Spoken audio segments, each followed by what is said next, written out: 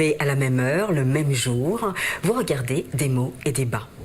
Mon invitée n'a pas pu venir, en fin de compte, c'est parce qu'elle craint pour sa vie. L'auteur qui devait être dans le studio s'appelle Chakina du Jacquier de Rosé. Mais à la place, puisqu'elle craint pour sa vie, nous avons l'éditrice qui s'appelle Marie-Carmel Baraz-Mancou. Bonjour Marie-Carmel Baraz-Mancou. Vous allez bien? Ça va, très bien, merci. Eh bien, avant de découvrir le livre qui s'appelle Règne, pouvoir, sexe, richesse des fossoyeurs de l'Afrique aux éditions Freedom Édition, commençons tout de suite par le face à face.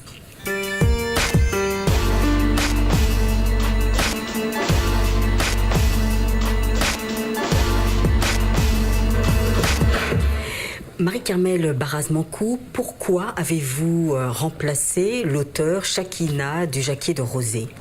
Alors, Chakina du Jacquier de Rosé m'a donné ce manuscrit pour que je puisse l'éditer et n'avait pas souhaité. Donc, dès le début, on s'était entendu. J'édite cette histoire, mais je ne me présenterai pas. Moi, j'ai trouvé l'histoire tellement intéressante, je me suis dit que il n'y a pas de souci, je te promets, Chakina, c'est pas son vrai nom d'ailleurs, c'est un pseudo qu'on a trouvé ensemble. Je vais l'éditer et je m'engage à ne jamais dévoiler qui est réellement Chakina du Jacquier de Rosé. Le plus important, c'est que l'histoire soit connue. Mmh.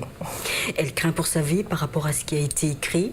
Oui, parce que c'est quelqu'un que j'ai rencontré dans les milieux du pouvoir, qui a décidé de laisser tomber et qui a estimé nécessaire de pouvoir raconter un peu son expérience, enfin à travers un roman.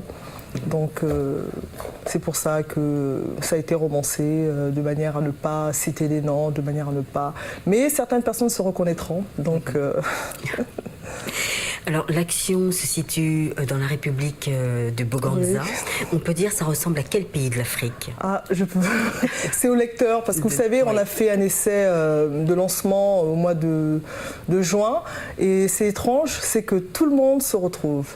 Les Camerounais, les Gabonais, les Congolais, les gens du Congo démocratique, tout le monde se retrouve, ils disent chez nous c'est comme ça, je vais écouter. Tant que tout le monde se retrouve, c'est l'essentiel. Oui.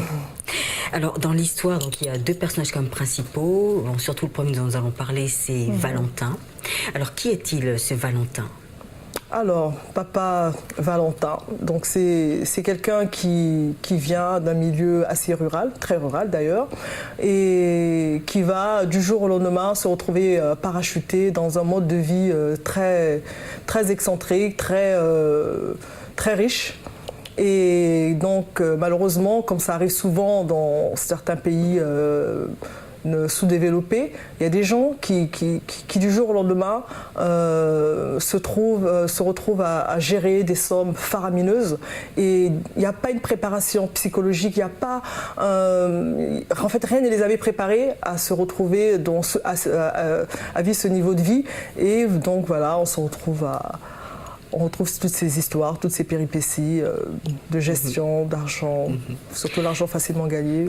Alors, c'est l'argent facilement gagné. Là, c'est vrai qu'il, grâce à un événement, donc il arrive à vivre vraiment parmi l'élite, Monsieur Valentin. Mais ce qui est étrange, c'est dans ce livre, donc en fin de compte, on dénonce en fin de compte l'opulence, l'exagération comme gabegie, ça. Voilà, la gabegie de cette élite présidentielle, enfin.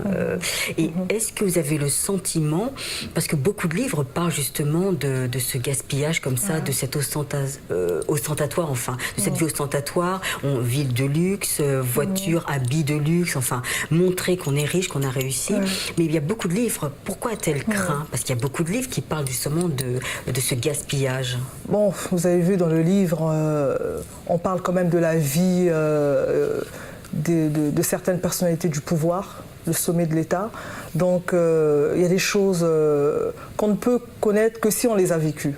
Donc, quand on voit les rites, les intronisations, vous avez vu l'intronisation d'un chef d'État, il y a l'intronisation du jour et l'intronisation de la nuit. Donc, pour connaître des détails aussi profonds d'une intronisation spirituelle, il faut avoir participé à ce genre de choses.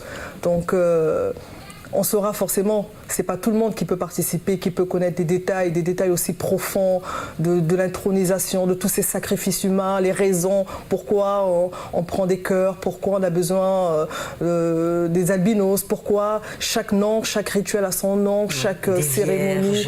Voilà, les vierges, en ce moment c'est la chasse aux vierges. Oui. Il y a des gens qui ont ce métier, chercher des vierges, parce qu'on se purifie du sida, on se purifie de toutes les saletés en le mettant, en le donnant à ces vierges filles, enfin ces filles ou même des garçons aujourd'hui, parce qu'il y a tout aujourd'hui. Hein. Donc ce sont des détails assez précis qui sont dans le livre et je pense que tout le monde ne connaît pas. Les gens, ils voient souvent en période électorale en Afrique, on voit des corps, on voit mais on ne sait pas à quoi ça sert. On dit oui, ce sont les politiques, c'est ce que les gens disent, mais on ne sait pas le cheminement, d'où ça vient, où ça va, et pourquoi les gens le font, etc.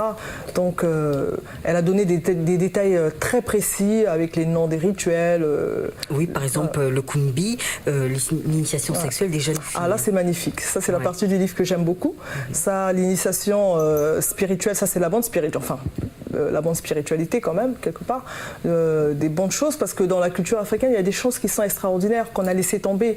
Et ça, c'est des choses, c'est dommage. Parce que moi, quand je vois aujourd'hui la sexualité, entre guillemets, occidentalisée, c'est de la boucherie, c'est sale, c'est dégoûtant. Alors quand je vois la culture africaine, ils avaient une sexualité avant la colonisation qui était magnifique. Le kumbi, c'est magnifique. Ces femmes étaient formées dès l'âge de 12 ans, comment travailler le corps d'un homme, comment connaître son corps, comment pouvoir amener l'homme à un certain niveau de jouissance, c'est magnifique, ça n'a rien à voir avec la sexualité, parce qu'aujourd'hui quand je vois en Occident, on mange des sexes, c'est un truc de fou, c'est de la boucherie, c'est de la chiennerie, alors qu'en Afrique on avait une sexualité qui était magnifique, qui était très noble, qui n'a rien envié.